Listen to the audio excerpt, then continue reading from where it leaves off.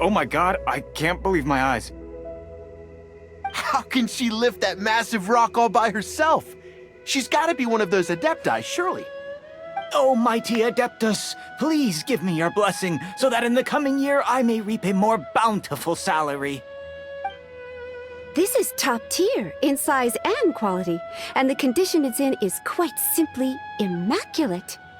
Congratulations, this item is approved for submission.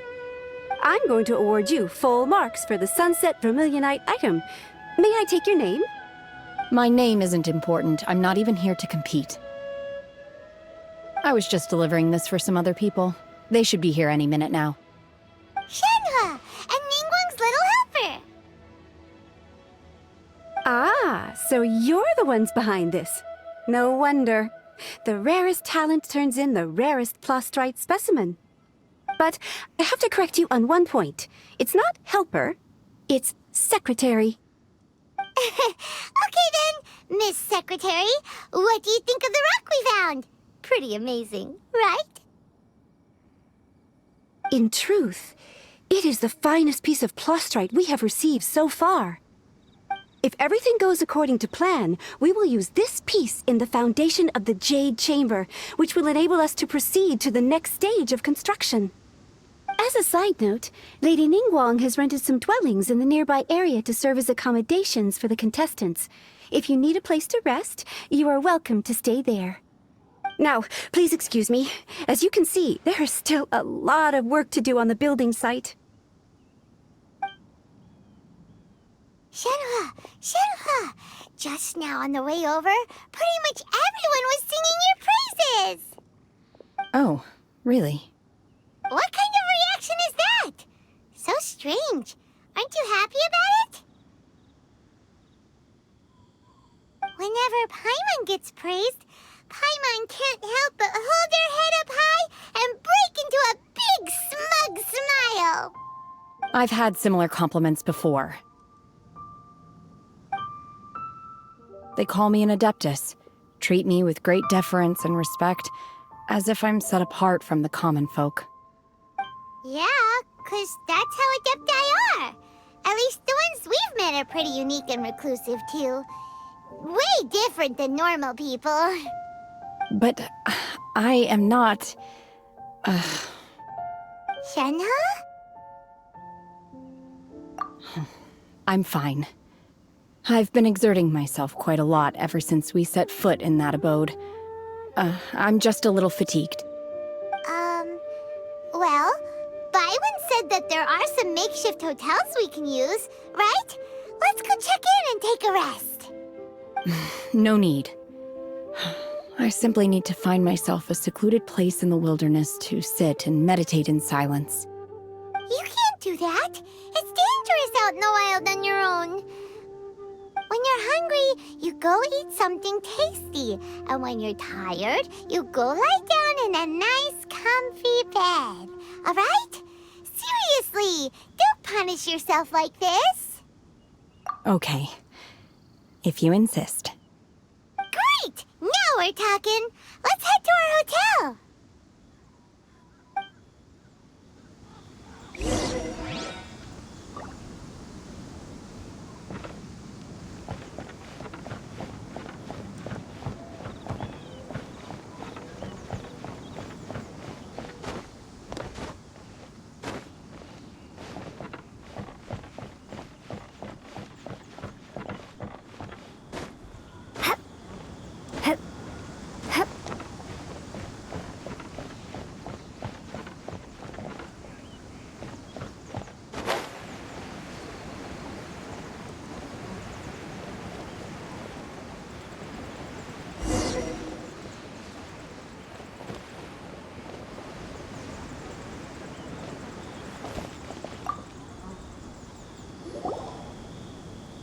Hi there.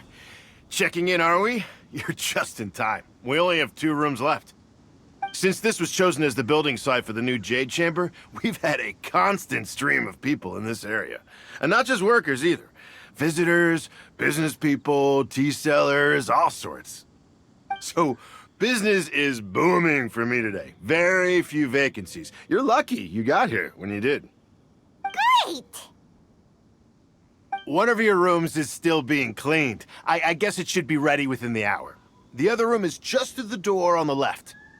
Here are your keys. All right. Hope you enjoy your stay. Please excuse me, I'll leave you to it. Shenhe, you should go get some rest. We'll hang around outside until the other room's ready. Paimon's gonna go see if there's anything good to eat around here. Paimon couldn't help but notice one of the guests walk in with a huge grilled chicken drumstick before. Let's buy one for Shenhe too. She can have it as a midnight snack. Or save it for breakfast tomorrow. All right. I will head to my room for now. If you need anything, don't hesitate to disturb me. I'm a light sleeper. I will hear if you knock on the door. See you tomorrow.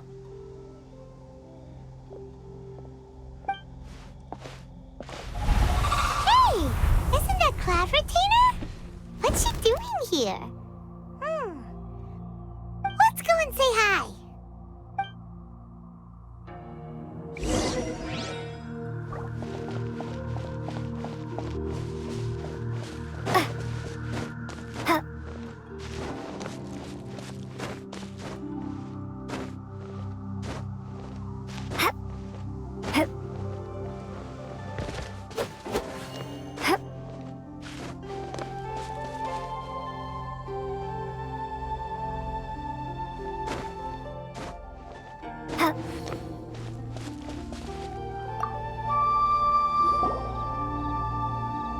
One trusts you have met Shenhe.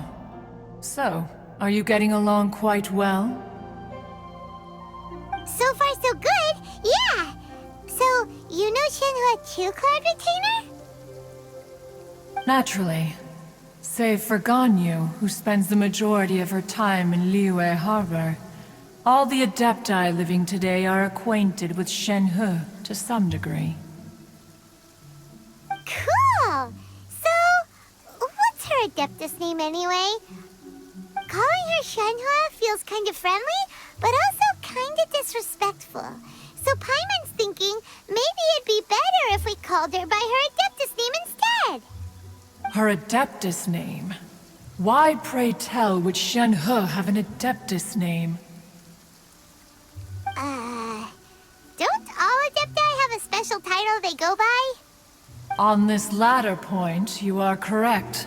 However, Shenhe is human. Oh, right. Wait, what? What? You knew already? So is Paimon the only one who didn't know? Do you mean to say that she presents differently from ordinary human beings? Well, to start with, her problem-solving methods are extremely direct. Ah, yes. She was like this all those years ago when one first met her. In this respect, she has not changed. One first found Shenhe by chance in a cave. One was passing by and sensed the presence of a god's remains. Being of an ever-vigilant disposition, one entered immediately to inspect the scene. Inside was Shenhe, then aged around 6 years old. In her hand, she held a dagger with which she was confronting a monster that was the god's remains incarnate. That sounds so dangerous. When one arrived, she had already been locked in confrontation with this monster for several days. Most mortal children are fragile, both physically and mentally, and are highly reliant on their parents for survival. But not so her.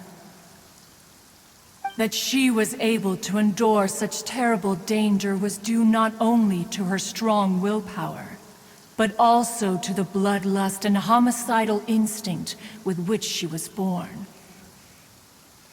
One dealt with the monster, yet she still refused to lower her guard. She even pointed her dagger in one's direction and remained ready to strike. Only after she was satisfied that one had no intention to cause her harm did she finally relent. She then passed out without uttering a single word. In other words, if you hadn't passed by that day, Shenhua might have... Not necessarily. Upon one's arrival, one could sense that the god's wrath was gradually receding. Even had the stalemate continued, one suspects that Shenhe may have still emerged the victor of the confrontation. That's still so dangerous, though! Why was a tiny little kid battling against the wrath of a god in the first place? Alas, the mortal world is rife with suffering of every kind, and she had experienced her fair share of this, even at a tender age. Seeing that she was homeless, one decided to adopt her. Indeed, it is one to whom she refers.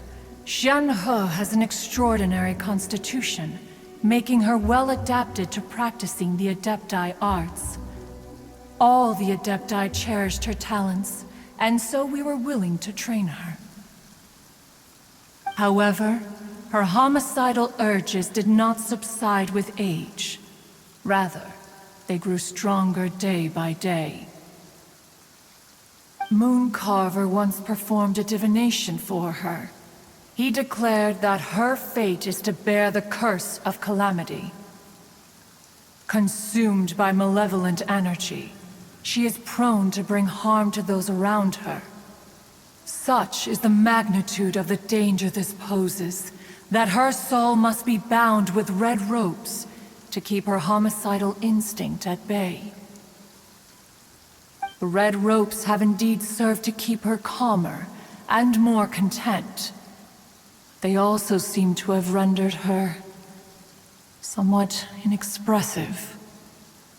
Perhaps the red ropes are so powerful that they have suppressed some of her other emotions as well.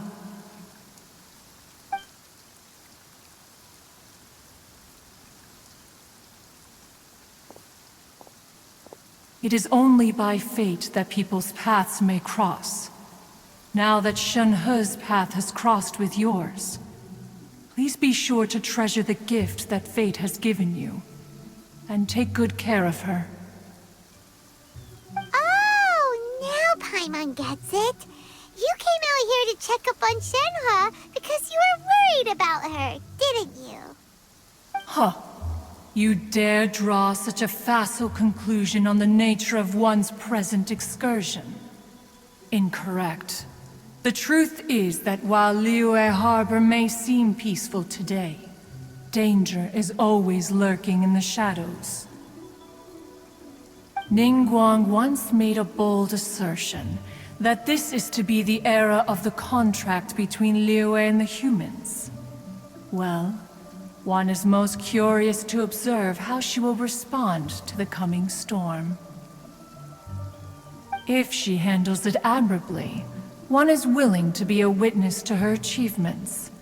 But if she does not, the Adepti shall not hesitate to seize control. Let us conclude our conversation here for today. One has occupied enough of your time, and night is approaching. Be sure to get ample rest.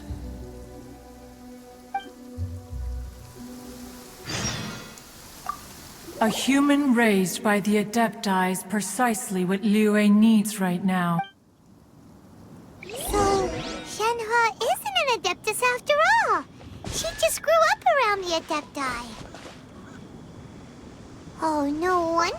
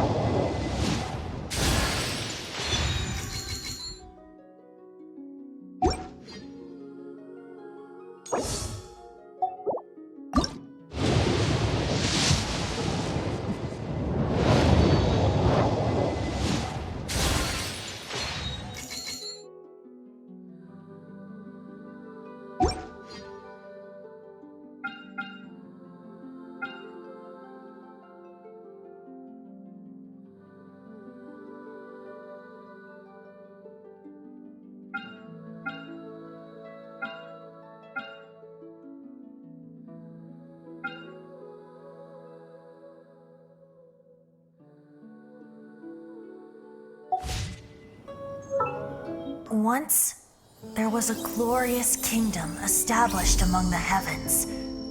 From that kingdom came a crowned heir, tasked with seeking out the Genesis Pearl from the kingdom of darkness. The first crowned heir began her journey of seeking the pearl. But she was deceived, and the memory of her noble origins faded. She now believed that she was the queen of the kingdom of darkness. But take heart. A second crowned heir had already taken up the path where the first had stumbled. This is the story of your journey, of your tale to be told.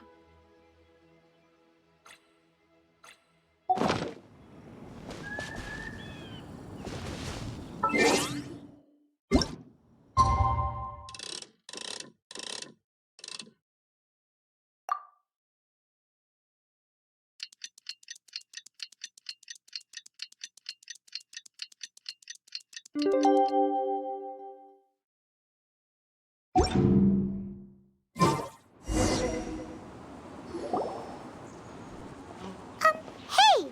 So, Shenhua...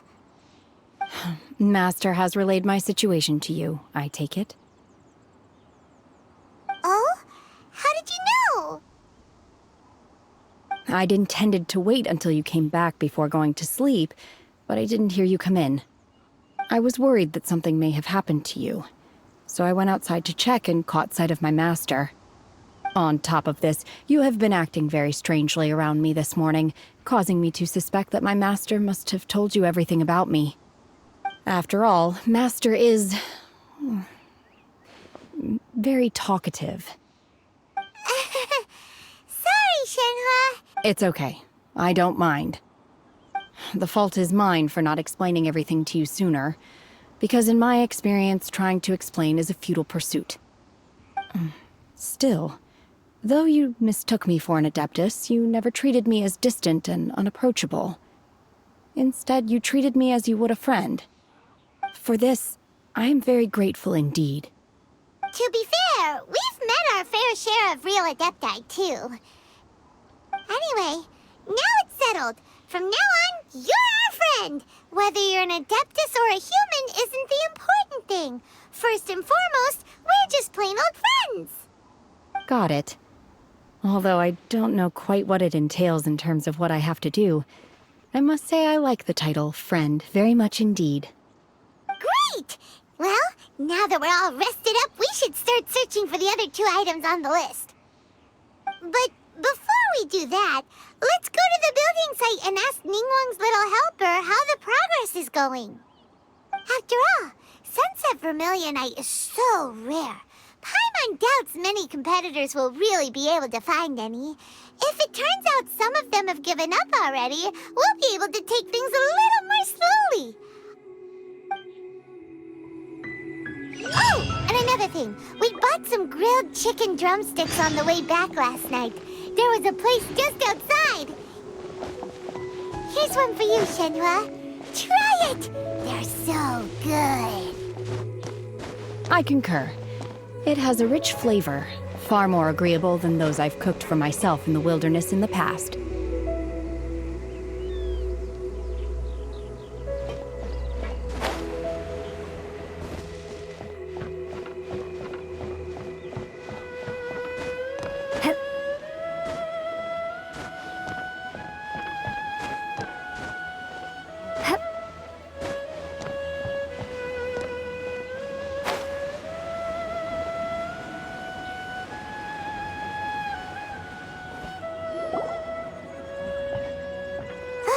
Look!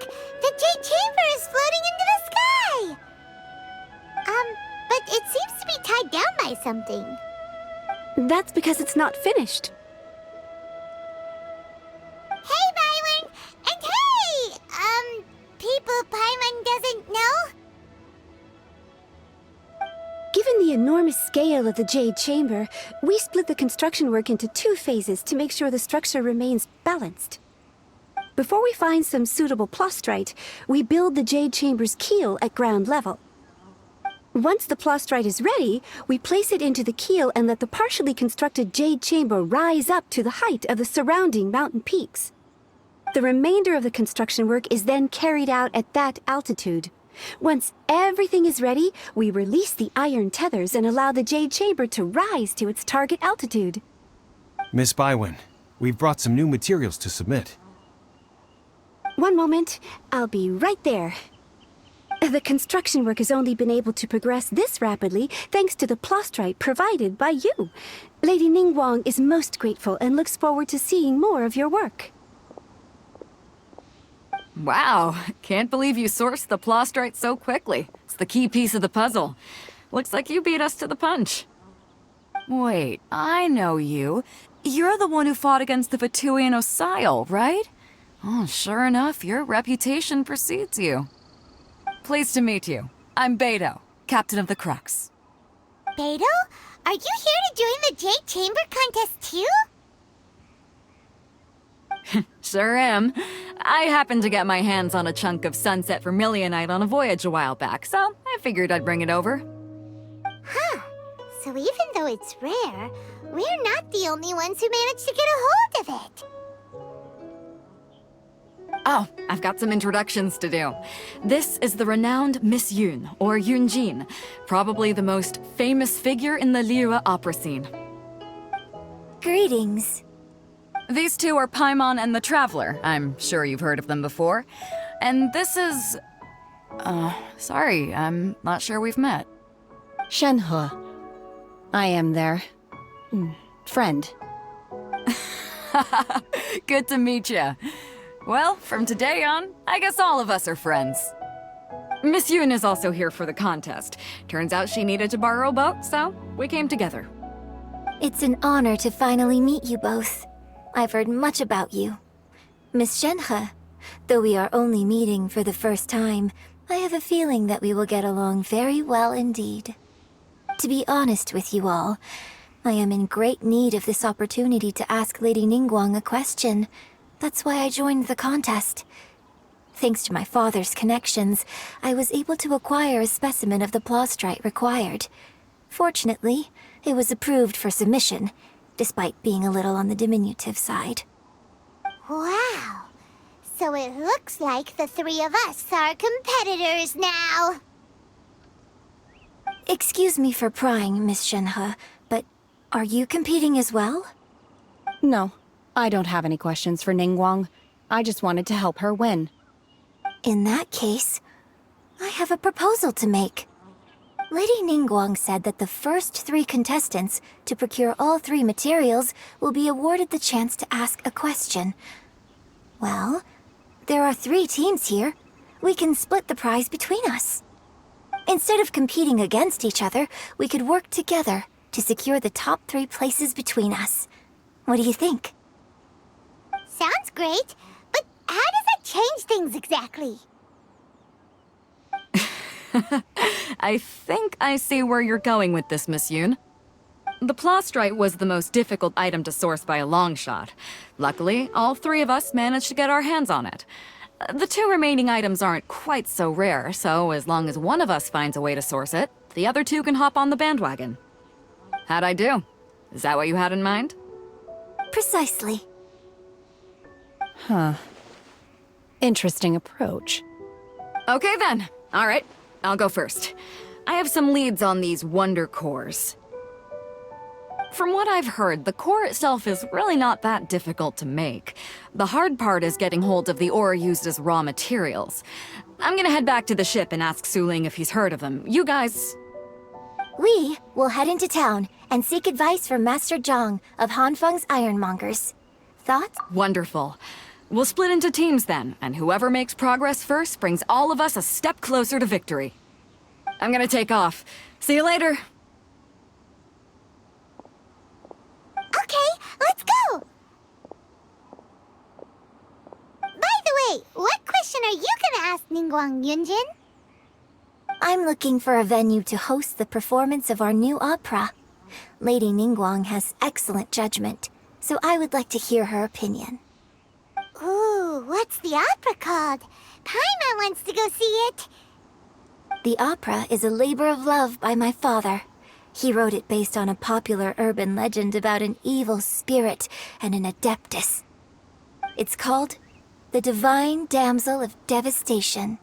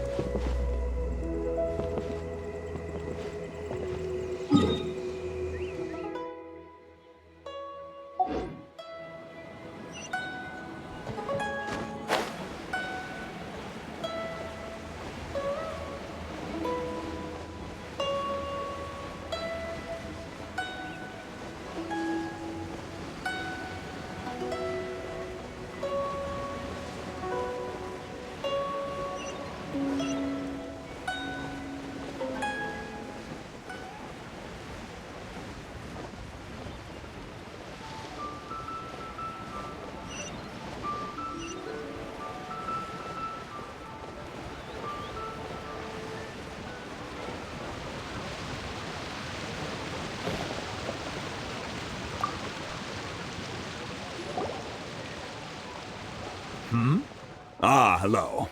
Are you here for something off the shelf, or do you need something forged? Excuse me, Master Zhang. We were wondering if you'd heard of something called a Wonder Core. Of course I have. Sorry, who's asking? My name is Yunjin. Perhaps you don't know me, but I believe that you forged some weaponry for my father in the past, for stage use. Yunjin? Stage use? Oh, so you must be Miss Yoon. Sorry, my brain's finally caught up. It's not used to doing much beyond bashing a hammer all day. Everyone's heard of you, Miss Yoon. Even folks who don't make it to the opera all that often. Like myself. So, you're here to ask about Wonder Cores, huh? As it happens, I do know how to make them. Matter of fact, I made some for Lady Ningguang back when she was building the original Jade Chamber. The types of ore needed to make Wonder Cores are a little hard to come by. Lady Ningguang supplied them herself last time. I don't suppose you've brought any yourselves? No, we were gonna ask you what kinds of ore we need. Sure. Well, you'll need two kinds. Star Splinter Iron and Subrosium. If I remember correctly, Lady Ningguang sourced her Star Splinter Iron from the Mount Tianheng area. They say it resonates with visions. It could take some work, but if you stick with it, you'll find some eventually. As for the Subrosium, though, that's trickier. It's all but unheard of on the market. I'm really not sure. Sorry. What I've heard is that the people around Mount Tianheng have some sort of magic trick that can pinpoint the location of the stuff. Of course, it's probably just hearsay. If you want my advice, start by looking for Star Splinter Iron around Mount Tianheng. And if you run into any locals, ask them a few questions about Subrosium. Mount Tianheng. Interestingly enough, the story of the divine damsel of devastation also takes place on that mountain. I hear the view there is quite spectacular. A favorite destination of the Adepti, in fact. Perhaps it can give me some inspiration. Let's not delay. We should head straight there.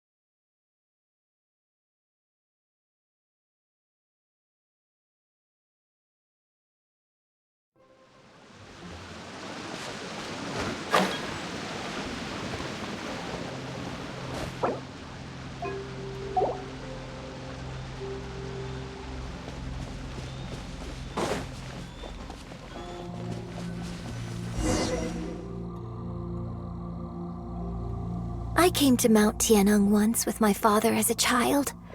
I remember it being such a long climb that I could barely feel my legs by the time we reached the top. This is quite a trip down memory lane for me. Look at these majestic towering peaks and the gently flowing streams.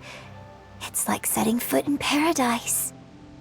No wonder the legend of the divine damsel of devastation is said to have taken place here.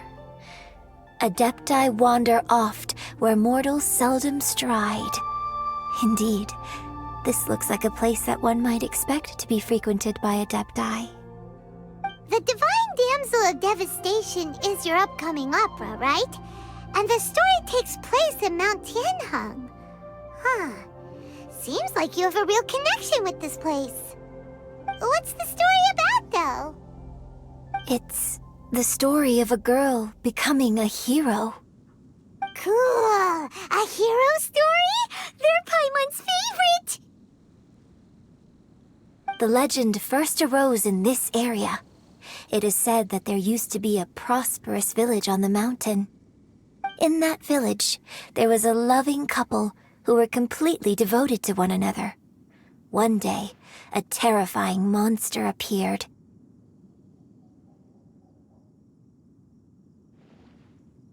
The wife was out collecting herbs and was captured by the monster. Her husband was so distraught at the news that it broke his spirit and drove him to madness. The vile and vicious monster told the villagers, "If you want to live, you must sacrifice a child to me." What a nasty piece of work! Ugh. Paimon sure hopes this monster gets put in its place!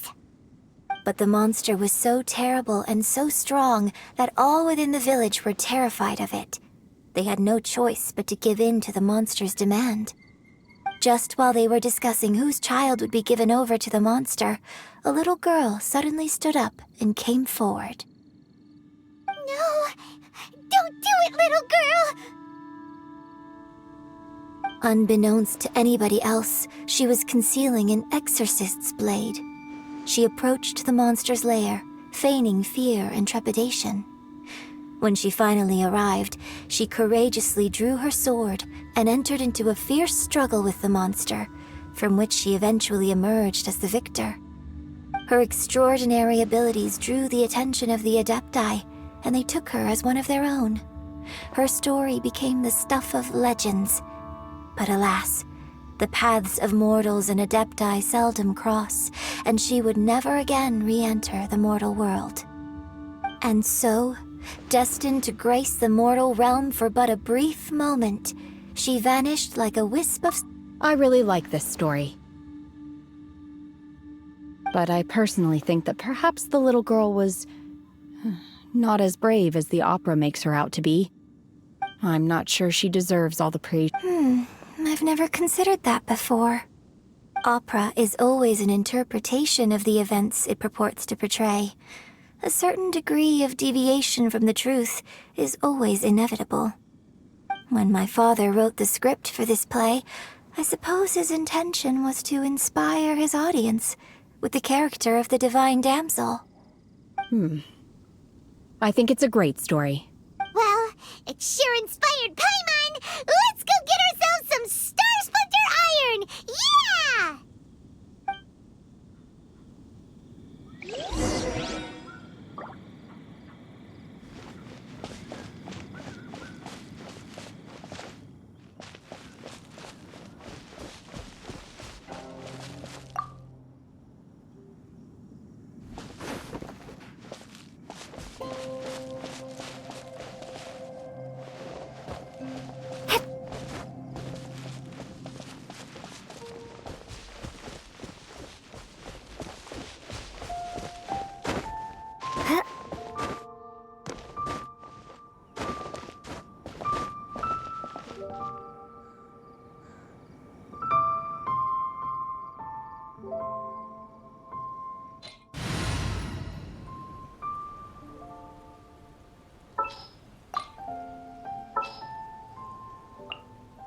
Ooh, you're taking me out?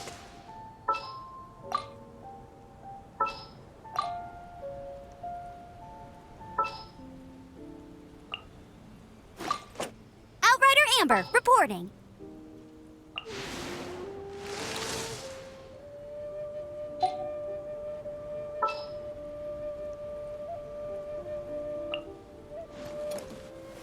As you wish.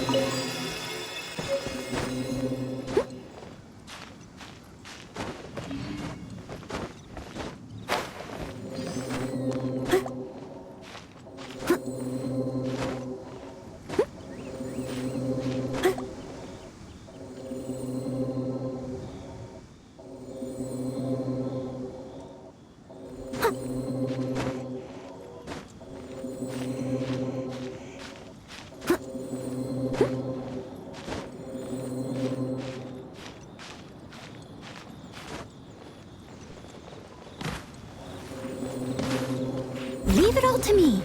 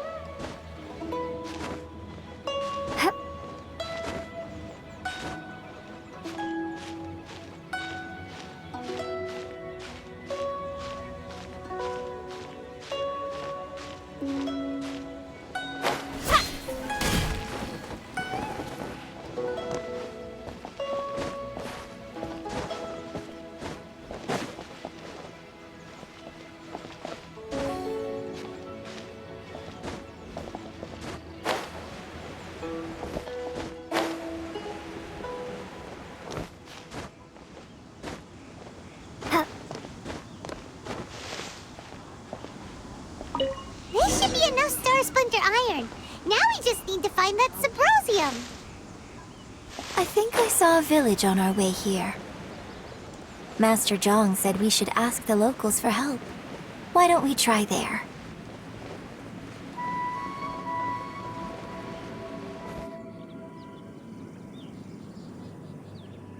Hey, there really is someone here. Yunjin, looks like you were right. Excuse us, sir. Can we ask you something? Huh. He didn't seem to catch that. Hello, sir. We were just passing by and wanted to ask if you happen to know anything about Subrosium.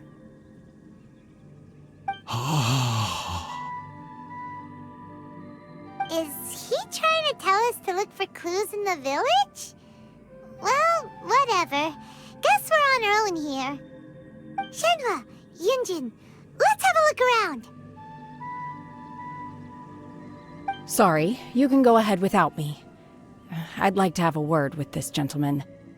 If that's okay with you, Uncle Mingjin. It's... Shenhe. Shenhe. You're alive. The rumors were true. So, all these years? I'm sorry, I don't know how to find Subrosium, but I think you can find some information in the village. This place is deserted now. No one ever comes here. So you can rummage around all you want. Huh? You know this guy, Shenhua?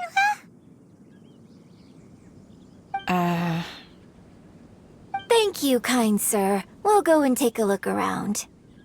Don't worry. Mingjin has no ill intention towards Miss Shenhe. She'll be quite safe. Okay, then let's see what we can find in this village.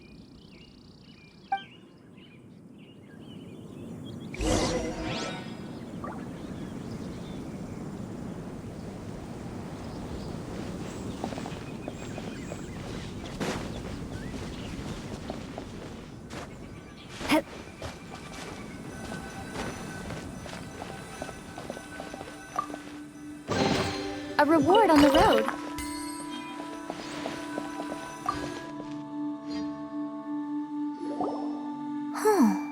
What's this?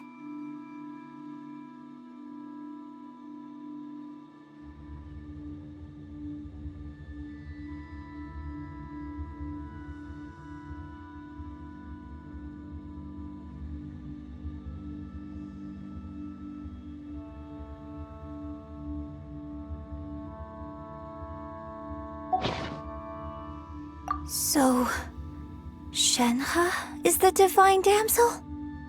Now that I think about it, she does behave rather like an adeptus, and she is about the right age. So that's why I've been getting the strangest feeling whenever I chat with her. I should have noticed it earlier. According to this text, the divine damsel from the opera was actually the daughter of the loving couple. And she didn't volunteer. She was sacrificed to the monster by her own father. Oh. The truth is even more lamentable than the opera. Now I understand why Shenhe said the girl was not as brave as people think. It wasn't her choice to enter that ghastly situation. She was forced into it. Oh, it looks like my father may need to make a few revisions to his beloved opera.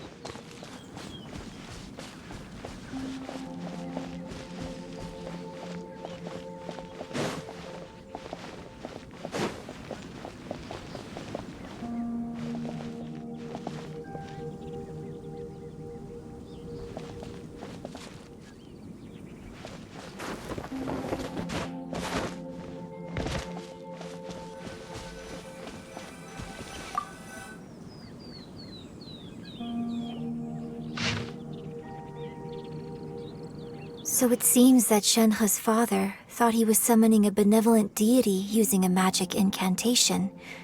But in fact, he summoned an evil god's remains, which took the form of a monster. His obsessive yearning for his deceased wife led to a terrible tragedy. The villagers moved away in fear, without ever learning the truth. And now, this place is deserted. Still, I do wonder what the connection is between Shenhe and Mingjun. We've looked everywhere, but still no mention of Subrosium. Let's have a look over there.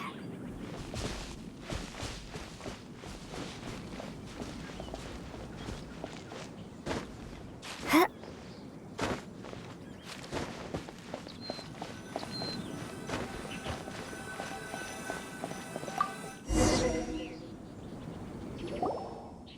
This is it! So basically, we need to go to the middle of the lake south of Mount Tianheng at dusk, and we'll find us some Subrosium! Let's go back and tell Shenhe the news!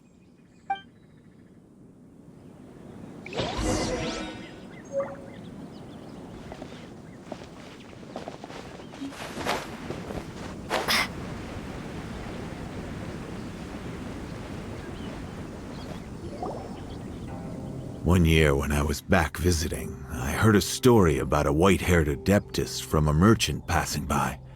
I never imagined it was you. I was a very close friend of your father's. I could have stopped him from performing the summoning ritual. I had plenty of chances, but I couldn't bring myself to stand up to him. I just let things happen, let it all escalate. Well, we all know how that story ended. I bring flowers back here every year. And each time I wish I had a chance to apologize to you.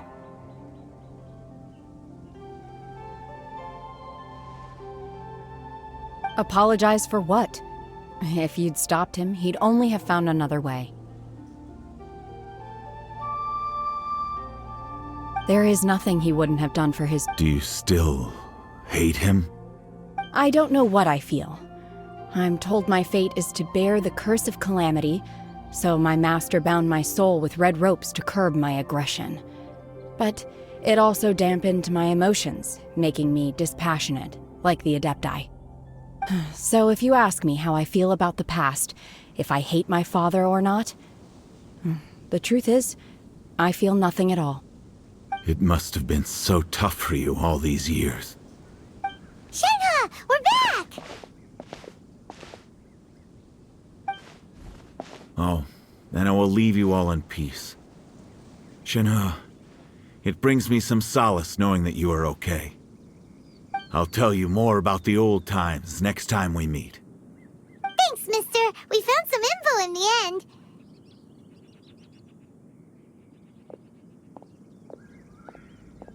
Shenhe, look! This tells us how to find Subrosium. All we gotta do is go to the middle of that lake! Let's go then.